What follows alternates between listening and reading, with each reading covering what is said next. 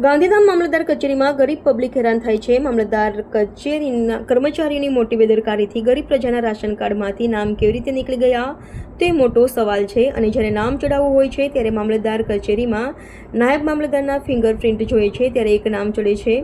તો શું આ નામ ઉડી ગયા છે? એ મોટો સવાલ ને કે તેમાં કોઈ મોટો ષડયંત્ર છે કે ગરીબ પ્રજા આવી ગરમીમાં અગર બીમાર થયા તો તે કોની જવાબદારી? ખાલી લાઈનોમાં ઊભું પડે છે, કર્મચારીઓ એસીમાં બેસે છે અને ગરીબ પ્રજા તડકામાં. આ કેવો સરકારનો ન્યાય છે?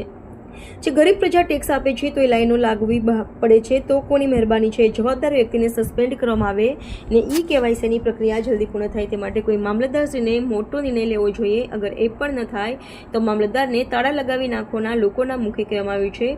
ને ગાંધીધામ શહેરમાં મંત્રી નવીન કે અબચુકે જણાવ્યું હતું.